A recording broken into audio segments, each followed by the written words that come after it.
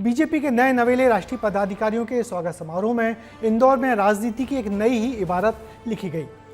समारोह में आए कैबिनेट मंत्री कैलाश विजयवर्गीय से मिलते वक्त बीजेपी नेता कविता पाटीदार मंच पर भावुक हो गईं और उनके आंसू ही निकल पड़े। महू से आने वाली कविता पाटीदार और महू से एमएलए रह चुके कैलाश विजयवर्गीय के बीच इस भावुक रिश्ते को इंदौर में बीजेपी की बदलती राजनीति से जोड़कर देखा जा रहा है। मध्य प्रदेश में मालवा के पॉलिटिक्स पर देखिए ये खास रिपोर्ट। बीजेपी की राष्ट्रीय महामंत्री कविता पाटीदार गले मिली कैबिनेट मंत्री कैलाश विजयवर्गीय से, आशीर्वाद लिया और भावुक हो गई। कैलाश विजयवर्गीय ने उनको ढांढस बंधाया। तस्वीरें हैं इंदौर की और मौका था कविता पाटीदार के स्वागत समारोह का।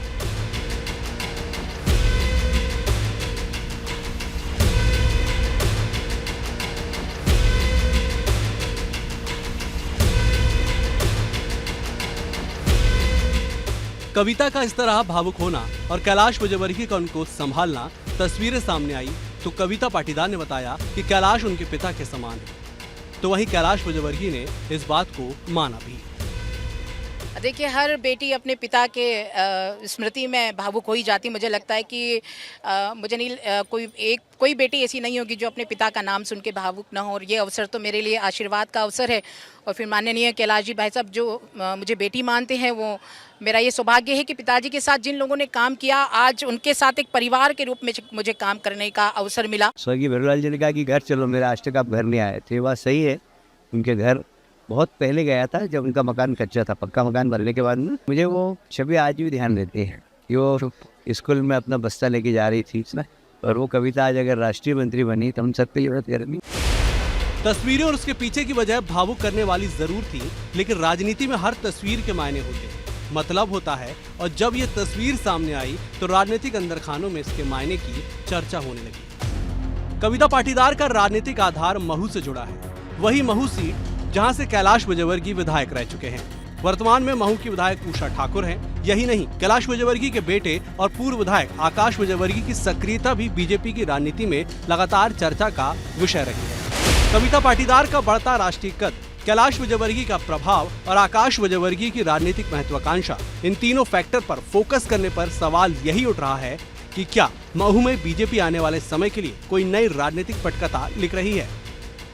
बहुत सारे पॉलिटिकल सिनेरियो की बात करें तो अब उषा ठाकुर वहाँ पे मजबूत कैंडिडेट के रूप में अभी स्थापित हैं। 2 बार की विधानसभा चुनाव जीती हुई है, लेकिन अगला चुनाव जो है उनके लिए कहीं ना कहीं मुसीबत खड़ा करेगा, या हो सकता है कि पार्टी इस पे कोई दूसरा निर्णय ले। हो सकता है कि कैलाश विजयवर्गीय स्वयं वहाँ पे अपना भाग्य आजमाए, और ये भी हो सकता है कि यदि वे चुनाव नहीं लड़ते हैं तो वे आकाश जी को भी वहाँ ट्रांसफर करवाने का प्रयास कर सकते हैं। कविता पाटीदार का इस तरह भावुक होना और कैलाश विजयवर्गीय का उन्हें ढांढस देना राजनीतिक पंडितों के हिसाब से एक नई पटकथा हो सकती है, लेकिन इसके कई अलग मायने भी निकलकर सामने आ सकते हैं। कैलाश विजयवर्गीय की बात करी जाए तो प्रदेश के कद्दावर नेताओं में उनकी गिनती होती है, और यदि बात उनके बेटे और पूर्व विधायक आकाश विजयवर्गीय की जाए तो क्या मंत्री कैलाश विजयवर्गीय और कविता पाटीदार की जो आत्मीयता है उससे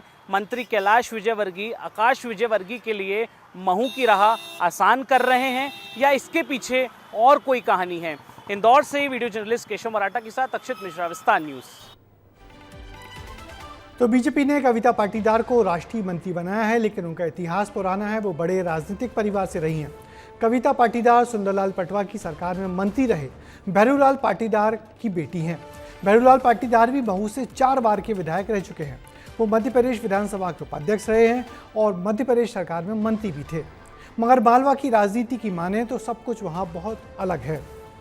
मालवा की राजनीति के महारथी कैलाश विजयवर्गीय ने महू की कविता पाटीदार को हमेशा से आगे बढ़ाकर महू से तेजतर्रार विधायक उषा ठाकुर का कद कम करने की सोची है। इसीलिए इस कार्यक्रम में उषा ठाकुर भी नहीं पहुंची थी।